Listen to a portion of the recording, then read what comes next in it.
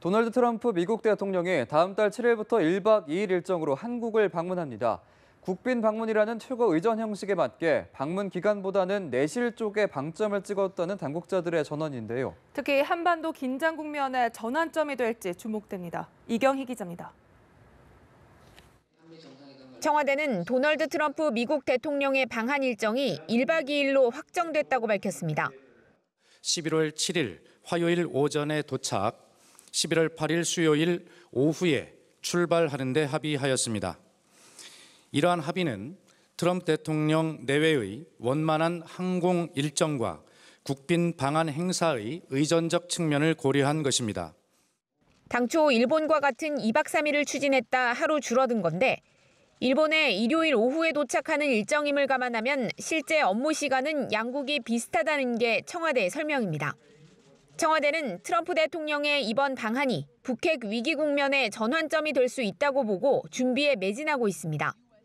이번 회담에서 두 정상이 북핵 문제 평화적 해결 원칙에 한 목소리를 낸다면 이른바 코리아 패싱 논란을 불식시키며 한반도 긴장 완화의 계기가 될 것이란 전망이 나옵니다. 트럼프 대통령은 국회도 방문에 연설합니다. 이번에 찾는 한중일 3국 가운데 국회 연설은 우리나라가 유일합니다. 그런 만큼 한미동맹 또 미국의 대북 정책 방향과 관련한 중요한 메시지가 나올 가능성이 있습니다. 한편 이번 방한에는 트럼프 행정부의 실세로 꼽히는 딸 이방카 부부도 수행원 자격으로 동행할 예정이어서 행보에 관심이 쏠립니다. 연합뉴스TV 이경입니다. 문재인 대통령이 조속한 첨단무기 전력화를 통한 독자적 방위산업 경쟁력 강화를 주문했습니다. 북한의 위협으로부터 평화와 우리 국민의 생명을 지키기 위해서는 힘이 있어야 한다고 강조했습니다. 성승환 기자입니다. 에어쇼의 시작은 순수 우리 기술로 만든 차세대 헬기 수리온이 맡았습니다. 초당 60도의 빠른 속도로 돌며 주변을 신속히 정찰하고 수직에 가까운 급상승과 강화를 반복하며 우수한 조종 성능을 과시합니다. 이어 공군 특수비행팀 블랙이글스가 아찔한 편대 고개 비행을 하면서 우리 고등전투기 T-50의 우수함을 마음껏 뽐냅니다. 행사를 관람한 문재인 대통령은 축사에서 자주국방을 강조하며 조속한 첨단무기 전력화를 주문했습니다. 우리는 지금 그 어느 때보다 평화를 지키고 만들어내기 위한 힘이 필요합니다. 이를 위해 강하고 독자적인 항공우주 산업과 방위산업의 역량 확보가 절실합니다. 이어 방위산업이 첨단무기 국산화의 차원을 넘어서 수출 산업으로 도약해야 한다고 당부했습니다. 정부의 방산비리 척결이 곧 방위산업을 건전하게 만들고 미래 먹거리 산업으로 육성하기 위한 것임을 강조한 것으로 풀이됩니다. 상호소통의 바탕 위에서 협력과 공정한 경쟁이 보장되는 구조로 방위산업 생태계를 혁신해야 합니다. 그렇지 않으면 기술과 품질이 아닌 인맥과 특권에 기대려는 유혹이 생기기 마련입니다. 문 대통령은 혁신 기업의 국방사업 진입 문턱을 낮춰 대기업과 중소기업 간의 상생 구조를 정착시키겠다고 약속했습니다.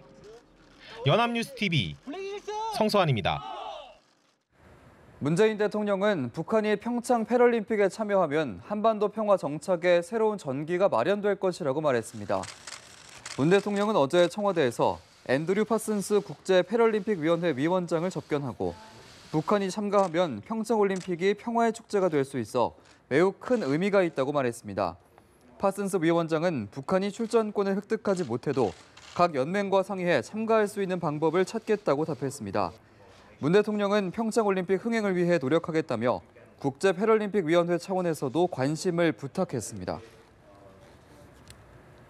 북한의 대미 협상 담당자인 최선희 외무성 북미 국장이 내일부터 사흘간 모스크바에서 열리는 핵 비확산 회의에 참석하기 위해 모스크바에 도착했습니다.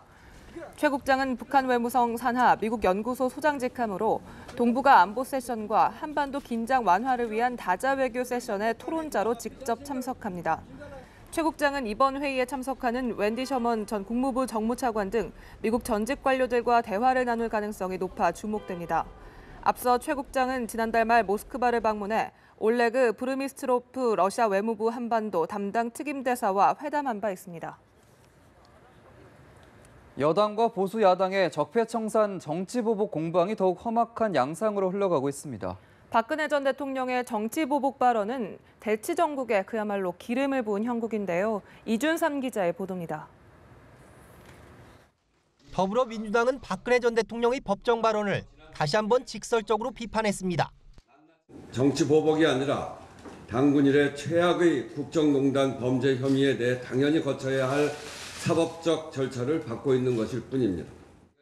또 이명박 정부 당시 국정원을 우리 사회의 공공의적으로 규정하고 이 전 대통령을 정조준했습니다. 반면 박 전 대통령 구속 연장을 사법부 정치화로 비판해온 자유한국당은 원조 적폐를 거론하며 역공을 폈습니다.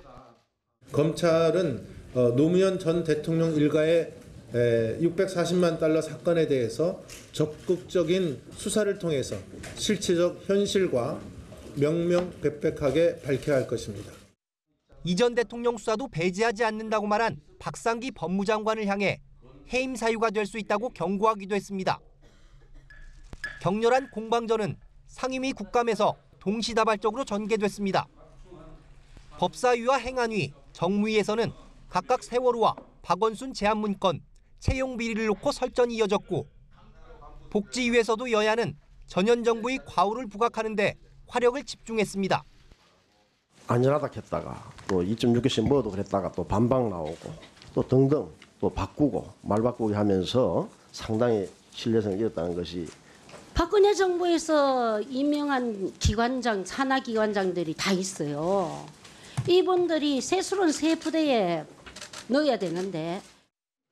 신구 정권의 대리전 양상으로 번진 적폐 공방이 갈수록 뜨거워지면서 국감 파행 사태도 연일 이어지고 있습니다.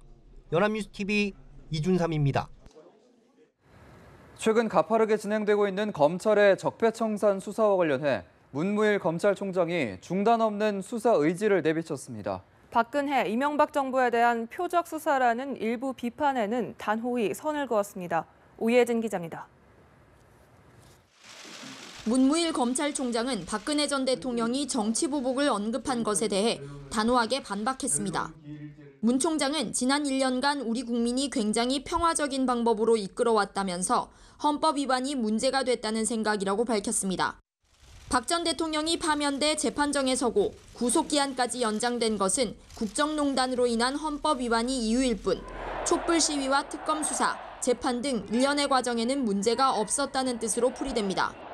적폐청산 수사에 대해서는 수사 시한을 정하기 어렵다면서 수사팀 보강을 추진 중이라며 제한 없는 수사 방침을 밝혔습니다.